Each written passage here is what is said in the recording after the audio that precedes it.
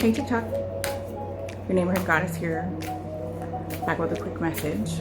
I thought I would stop in this evening and do a quick poll.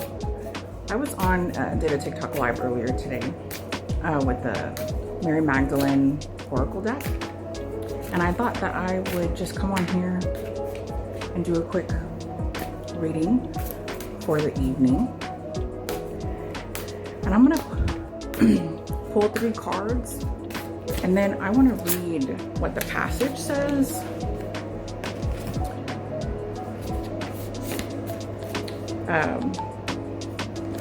Testimony that came out 4 times today, and I'm guessing that really needs to be Spirit really wants that to be read and translated to you in a different way, in a different platform than what you're used to. So I'm going to do that. So we got that one's first card. I hope you guys are having a great Saturday. Hope you're staying safe, staying cool, staying hydrated, staying fabulous, and know that you guys are loved. Okay, I'm gonna get 2 more.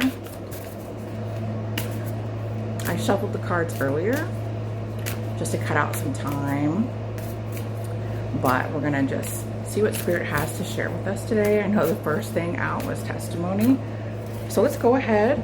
Actually, I'm gonna go ahead and read it, and then we'll get back to it. So testimony: love is stronger than death.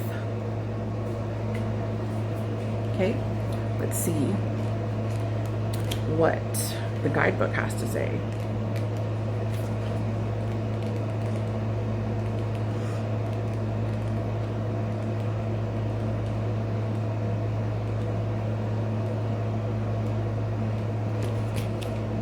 Oop.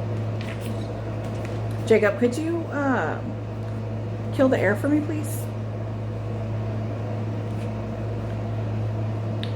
To give testimony is to publicly place our lives on the line in order to stand up for what we believe in.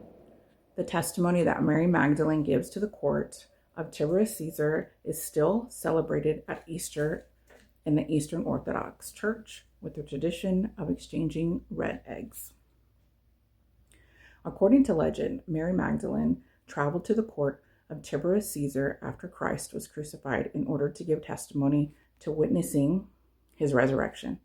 Because of her high social standing, she was given an audience before the court. I've always imagined that the testimony she then gave of Christ's resurrection was her first sermon. We can only imagine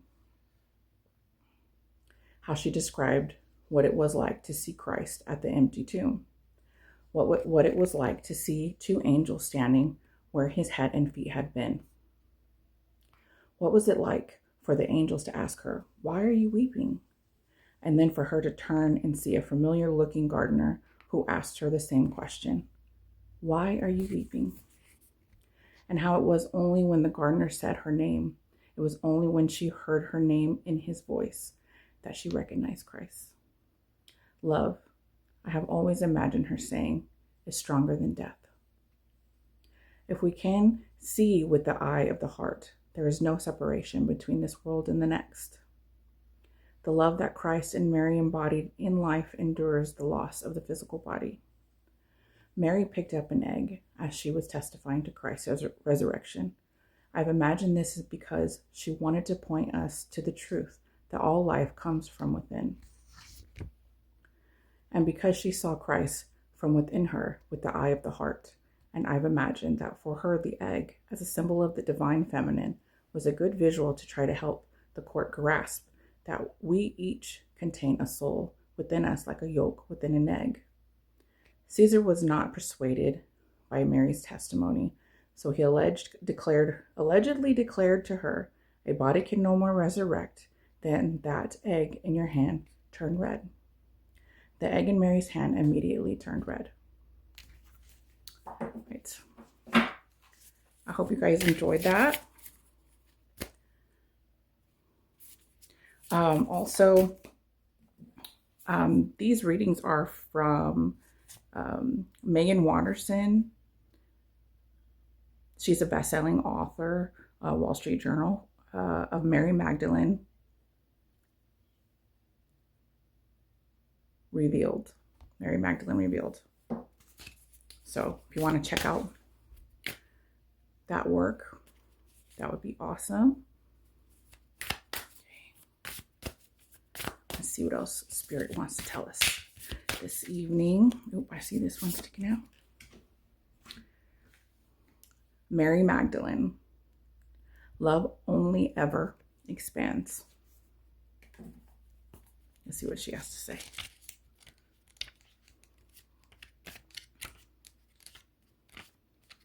Mm-hmm. Where are you at? Let's see. Just getting familiarized with this guidebook, guys. I just got this deck. I've had it maybe a week or two.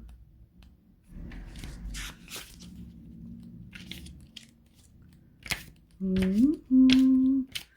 My apologies. I guess I could have paused the video. There we go. I will next one. Thank you for your patience, guys. Peter says to Mary in her gospel, "Sister, we know the Savior loved you more than all other women." This passage makes clear that Christ's love for Mary was unique, singular, and so there were teachings that his love for her alone could communicate, teachings that she alone could receive, and that she alone could then share with the rest of the world. Because of this, Peter then asked Mary, "Tell us the words of the Savior that you remember, the things which you know that we don't because we haven't heard them." The heart of Mary's gospel then follows. She reveals what has been hidden from us. She teaches us about the vision we're all capable of, how the soul perceives the world with the spiritual eye, or a form of seeing from within this unassuming and humble space of the human heart. Mary's intimate exchange with Christ in her gospel takes place from within her. Christ tells her that she's wonderful for being able to perceive him, and that this capacity to see with the heart, this true vision, is a treasure. This love that sits at the core of who we are is what allows us to become a bridge between the worlds. This love that is stronger than death. This love that reminds us when we are bound by a power of the ego that we are also a soul. This love that frees us when we allow to love to overwhelm us, letting it reach where we feel broken, alone, unforgivable, or forgotten. This is the whole point of being here. The point is to let love reach where it has never been before. Christ's love for Mary is the other half of the Christian story. It's the other half of his ministry, and I believe we're ready for it now, which is why her buried gospel, lost to us for almost 2 millennia, has been found. We're ready to put their love story into practice. Their story is a love that has always been meant for us. This love that makes simply being fully human our true purpose. This love that resurrects. This love that brings us back to life again and again. This love that only ever expands. I love that. We're going to pick one more. I'll try to add quickly. Oh, let me pause. Okay, so the last card I pulled was freedom. I am called here to be free. This is it. This is the mountaintop, the ultimate place to reach this moment, this exalted state of being fully here right now in this breath, in this body. This is what we work so hard for, freedom. And this is what makes freedom so powerful. It's not dependent on anything outside of us. It doesn't arrive because of a single event or a singular person in our life. No matter how significant, freedom comes from within. So we can experience freedom even in the midst of the most tremendous pain or the most stressful circumstances. Freedom is not bound to anything that's temporary. Freedom is glorious. Inner state of peace we can reach when we've unbound ourselves from all the egoic states that confine our perception. I hope you guys enjoyed this. I will come back tomorrow with another reading from Mary Magdalene. Have a blessed Saturday.